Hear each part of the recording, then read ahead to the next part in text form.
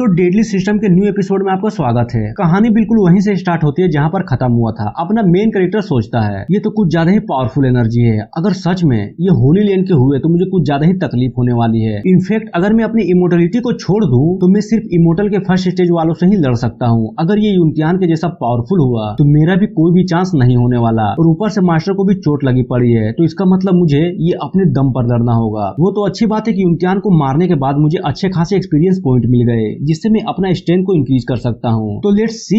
और सिस्टम में अपने लेवल और स्ट्रेंथ को इंक्रीज करने लगता है, और फिर मनी मन सोचता है तो चलो आखिरकार हो ही गया, अब मैं किसी भी वक्त ट्रू मास्टर रियल पर ब्रेक थ्रू कर सकता हूँ, और मेरा ब्लैक टोटोइस का सेकंड स्टेज किसी भी हमले को बड़े ही आराम से झेल सकता है। बस वो इमोर्टल लेवल के नीचे का होना चाहिए, वरना थोड़ी सी दिक्कत होने वाली है। अच्छा एक मिनट, क्यों ना मैं इसे और भी अपग्रेड कर लूं, और सिस्टम की हेल्प से ब्लैक टोटोइस को लेवल 3 में पहुंचा देता है, और इसी तरह धीरे धीरे हर तकनीक को अपग्रेड कर देता है, जिसमें ड्रैगन केचर भी शामिल होता है। और ये करने के बाद फिर होता है एक अच्छा खासा पावर अप। मेन कैरेक्टर भी लाइक ओहो ये तो कुछ ज्यादा ही पावर है। अगर मैं अपनी रियल कंडीशन को देखूं तो मुझे लगता है कि मैंने इमोर्टलिटी रियल में मिडिल स्टेज को पूरी तरह से मास्टर कर लिया हूँ। जरा सोचो, अगर मैंने फुल पावर का इस्तेमाल किया तो क्या त्राहिमाम आएगा?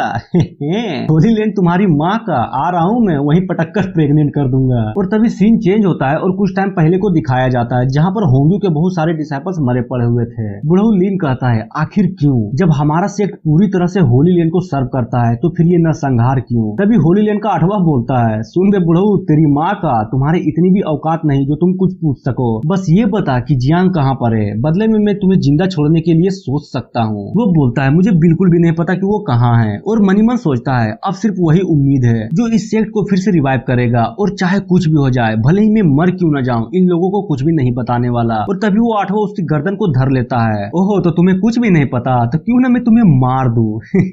और उसकी गर्दन को दबाने लगता है, जिससे बुढ़ऊ लीन को कुछ ज्यादा ही दर्द हो रहा था। वो सोचता है क्या किस्मत है, मैंने कभी भी नहीं सोचा था कि अपनी पूरी जिंदगी होली लैंड की गुलामी में बिता दूंगा, और अब मेरी मौत इस तरह से होने वाली है। और तभी एक अटैक आता है, जिससे बुढ़ऊ लीन तो बच जाता है, लेकिन उस अटैक के कारण 8वां का एक हाथ पूरी तरह से खत्म हो जाता है। वो भी लाइक ओहो एक मास्टर। तभी बुढ़ऊ बोलता है कमीने कहीं के, तुम्हारी हिम्मत कैसे हुई मेरे होंग्यू सेक्ट में इस तरह की हरकतें करने की? तभी दाई को दिखाया जाता है, जो बुढ़ऊ लीन से पूछती है फादर आप ठीक तो है ना, आपको ज्यादा चोट तो नहीं लगी? और फाइनली बहुत सारे चैप्टर्स के बाद हमें इस लड़की को दिखाया गया है। 8वां बोलता है फाइनली इस सेक्ट में कोई तो मिला जो बस थोड़ा सा पावरफुल है, बस थोड़ा सा, और अपने हाथों को फिर से रिजनरेट कर लेता है। और ये देखकर बुढ़ऊ भी मनी मन सोचता है ये कैसे हो सकता है, रिजनरेट का पावर, ये तो सिर्फ एक इमोर्टल रियल वाले बंदे ही कर सकते हैं, पर ये लड़का तो कुछ ज्यादा ही जवान है। तभी अपना सेक्ट मास्टर लीन बोलता है एल्डर जरा संभल कर, ये दोनों होली सन्स है, और हम होली लैंड को अपना दुश्मन बनाना बिल्कुल भी अफोर्ड नहीं कर सकते। वो बोलता है अरे तो ये बात है, ये कमीने होली सन्स है, और मैंने पहले बहुत सारे होली सन्स को मारा है, तो फिर इनकी क्या? 8वां बोलता है ओ घमंड, मुझे लगा था कि आग में मूत रहा हूँ, पर यहाँ पर तो बुढ़ऊ मूत रहा है। चलो अच्छी बात है बॉस, प्लीज आप बीच में मत आना, मैं इसे खुद देख लूंगा। पहला बोलता है अरे बिल्कुल भी नहीं, बस थोड़ा ध्यान से, ये बुढ़ऊ पहले ही इमोर्टल रियल्म के मिडिल स्टेज पर पहुंच चुका है, इसे हराना उतना भी आसान नहीं होगा।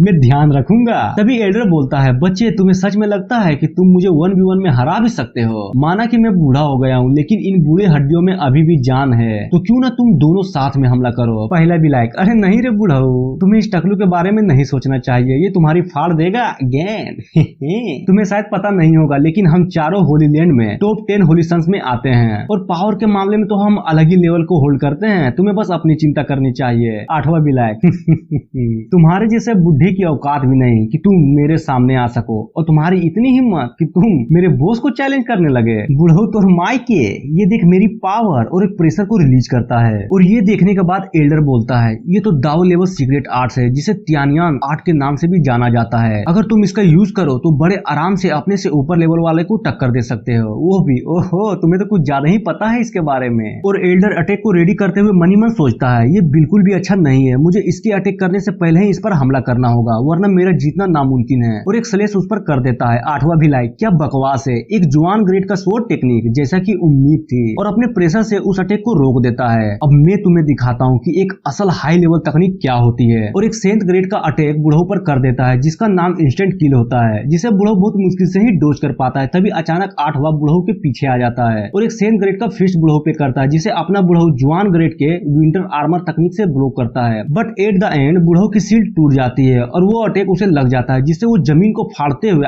तोड़ते हुए दूर गिरता है और वो मुश्किल से खड़ा हो ही रहा था तभी उसे दूसरा अटैक लगता है जो उसके कंधे को चीरते हुए बाहर निकल जाता है, जिससे एल्डर को कुछ ज्यादा ही दर्द हो रहा था।